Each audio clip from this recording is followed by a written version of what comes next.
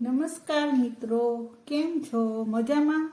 આજે આપણે બનાવીશું સ્લીવ ડિઝાઇન. જે મેં આ અસ્તરમાં સ્લીવનું કટિંગ કરેલું છે અને આ મેઇન કાપડ છે. આ મેઇન કાપડ આપણે બાયનું જે માપ હોય એના કરતાં બંને બાજુ 7-8 ઇંચ વધારે લેવાનું. 7-8 ઇંચ જેટલું લંબાઈમાં અને 8 ઇંચ જેટલું પહોળાઈમાં. આવી રીતે આ મેઇન કાપડ લેવાનું, તેમાં આપણે માર્ક કરીશું. આવી રીતે ખૂણાનો જે ભાગ હોય ત્યાં 2.5 ઇંચ બંને બાજુ નિશાન કરી દઈશું. 2.5 ઇંચ આ બાજુ અને 2.5 ઇંચ આ બાજુ. આવી રીતે નિશાન કરી અને આપણે સ્કેલની મદદથી આવી રીતે લીટી દોરી લઈશું. આ રીતે ચોકનો જ ઉપયોગ કરવાનો. આવી રીતે 2.5 ઇંચ જેટલું માપ રાખી અને છેક સુધી આવી રીતે લીટી દોરી દેવાની.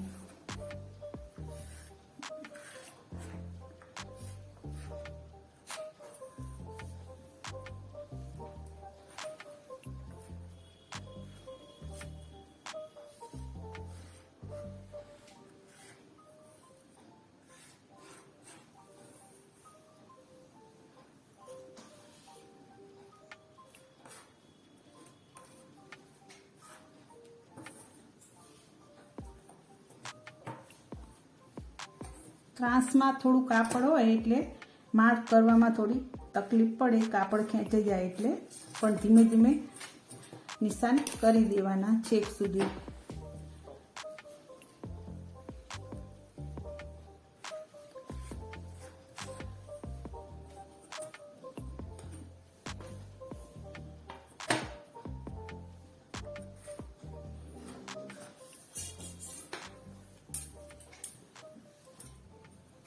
આવી રીતે હવે આવી રીતે એક બાજુ આવી રીતે અને એક બાજુ એક ખૂણાથી આવી રીતે 2.5 ઇંચ જેટલું દૂર રાખી અને બીજા ખૂણાથી આવી રીતે નિશાન કરી દેવાના.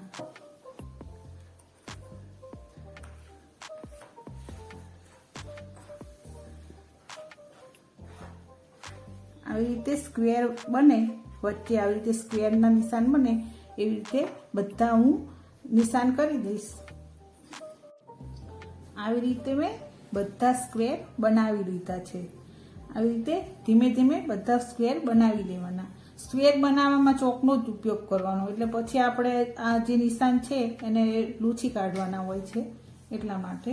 હવે આપણે જ્યાં લીટી દોરી છે તેની ઉપર સિલાઈ લગાવીશું. તમે જોઈ શકો છો, આવી રીતે સ્ક્વેર બનાવી દેવાના. હવે આપણે એક એક લીટી ઉપર સિલાઈ લગાવીશું. આવી રીતે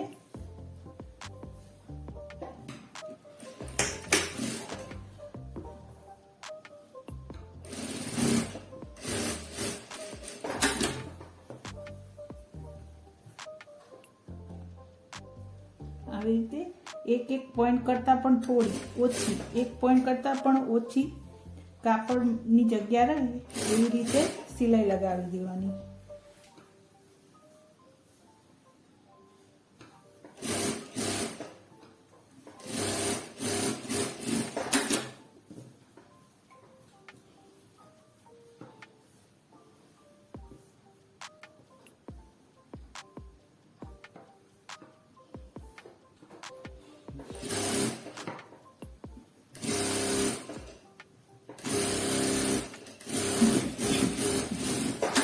આવી રીતે સિલાઈ છેક સુધી આવી રીતે લગાવતા જવાનું.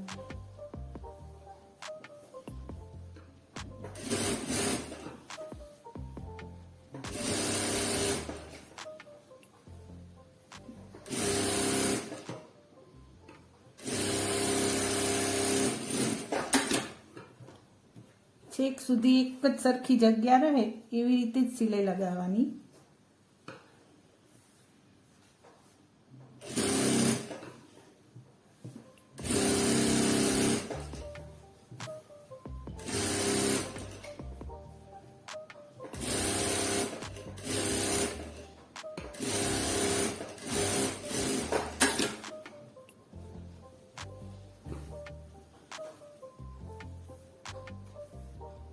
આવી રીતે મેં આખા કાપડમાં સિલાઈ લગાવી દીધી છે. આવી રીતે સીધી સિલાઈ લગાવી દેવાની. હવે આપણે જે ક્રોસમાં નિશાના કરેલા છે એની ઉપર સિલાઈ લગાવીશું.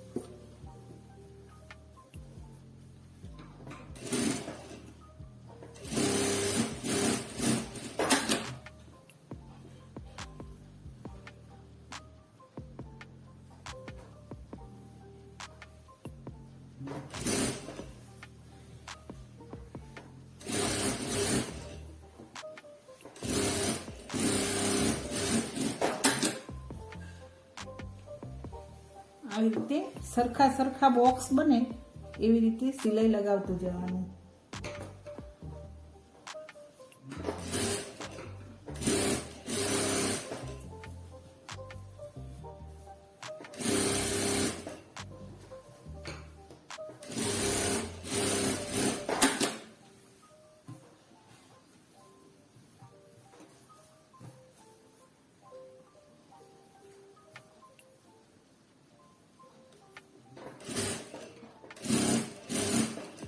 જે બનાવેલો ભાગ હોય એ ઉપર જ રાખવાનો, એટલે આ સેમ જગ્યા રહે એનું ખ્યાલ રહે.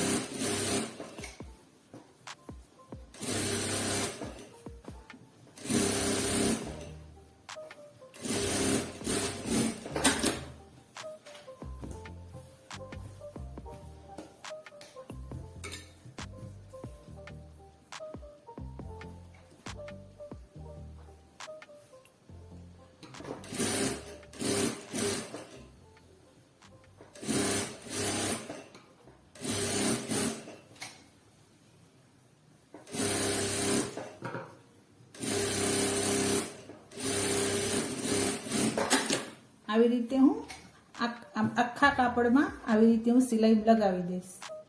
આવી રીતે મેં આખા કાપડમાં સિલાઈ લગાવી દીધી છે. આવી રીતે એક જ સરખા બોક્સ બને એવી રીતે સિલાઈ લગાવતું જવાનું. જો માર્ક કરેલા થોડા ત્રાંસા હોય કે આગા પાછા થઈ ગયા હોય, પણ આપણે છેકથી છેક આજે આગળની સિલાઈ મારી હોય એના નિશાનમાં જ સિલાઈ મારતું જવાનું. એની જેટલી બાજુમાં જગ્યા રહે થોડી થોડી એવી રીતના જ સિલાઈ મારતું જવાનું, એટલે બધા બોક્સ સરસ બનશે. હવે મેં અસ્તરમાં જે બાય બનાવેલી છે એને આપણે લઈશું અને આ જે મેઇન કાપડ છે એને ઊંધું કરી દઈશું અને બાયને એની ઉપર મૂકી અને સિલાઈ લગાવી દેવાની. આવી રીતે સિલાઈ લગાવી દેવાની.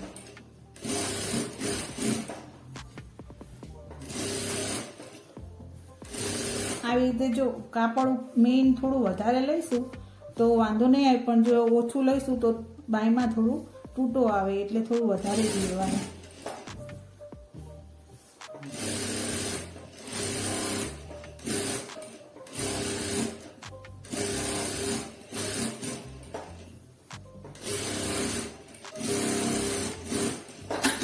આવી રીતે સિલાઈ લગાવી અને એક્સ્ટ્રા કાપડ કાપી દેવાનું.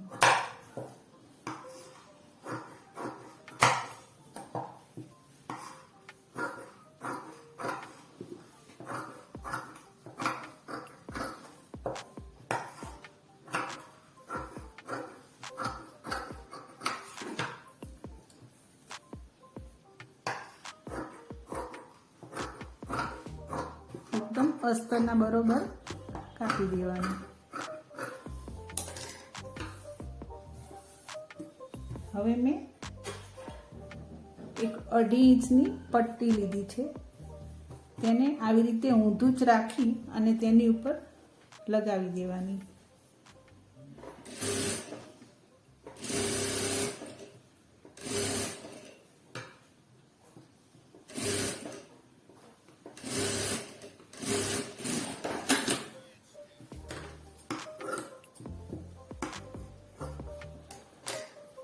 હવે બાયને સીધી કરી અને આ પટ્ટીને ઉપરથી સિલાઈ લગાવી દઈશું. પહેલાં જે ધારી હોય તેની ઉપર જ એક સિલાઈ લગાવી દઈશું.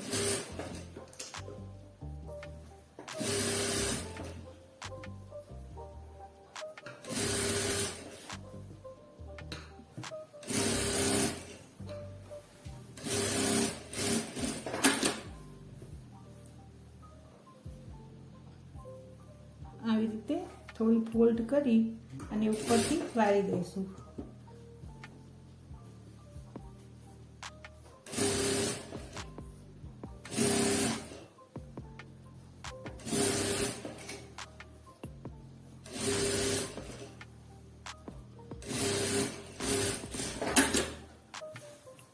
એક્સ્ટ્રા જે કાપડ હોય તેને કાપી દેવાનું.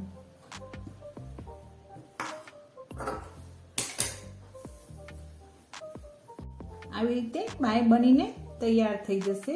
હવે આપણે આ જે બોક્સ બને છે ત્યાં એક એક મોતી લગાવીશું. આવી રીતે 100 દોરો લઈ અને એક એક મોતી લગાવી દઈશું.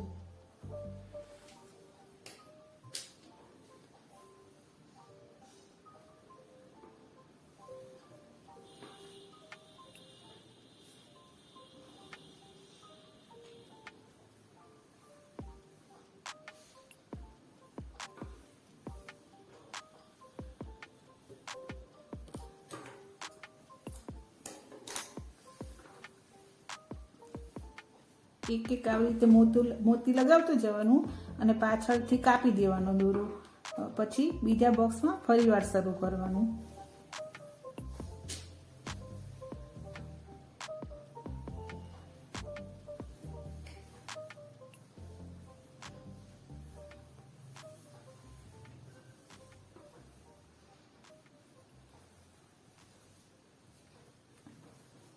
આવી રીતે એક બે ટાંકા પાછળથી લગાવી અને દોરો કાપી દેવાનો.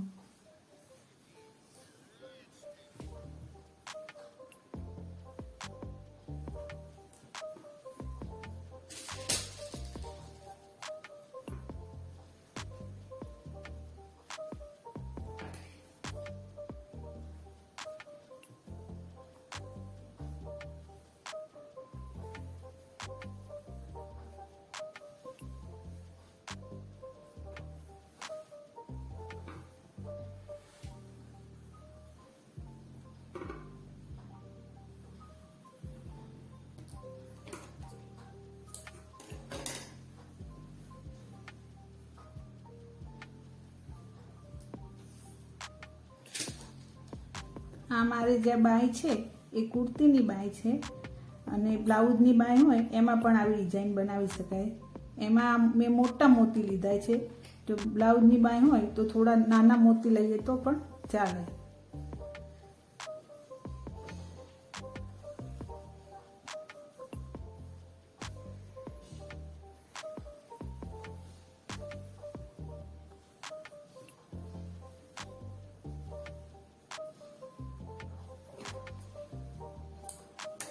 આવી રીતે હું આખી બાયમાં બધા મોતી લગાવી દઈશ.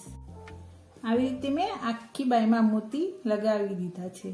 તમે તેનું લુક જોઈ શકો છો. આમ સિમ્પલ કાપડને પણ આવી રીતની બાય બનાવી અને હેવી લુક આપી શકાય છે. આ બાય ડ્રેસમાં લગાવ્યા પછી પણ બહુ સુંદર દેખાય છે અને પહેર્યા પછી પણ બહુ સુંદર દેખાય છે. બાય બ્લાઉઝમાં, ડ્રેસમાં, ગાઉનમાં બધામાં આવી પેટર્ન બનાવી શકાય છે. તો મારો વિડીયો જો તમને ગમ્યો હોય તો લાઈક કરજો, શેર કરજો, સબસ્ક્રાઈબ કરજો. સબસ્ક્રાઈબ કરવાનું ખાસ ના ભૂલતા. ફરી મળીશું બીજા વિડીયોમાં. Thank you.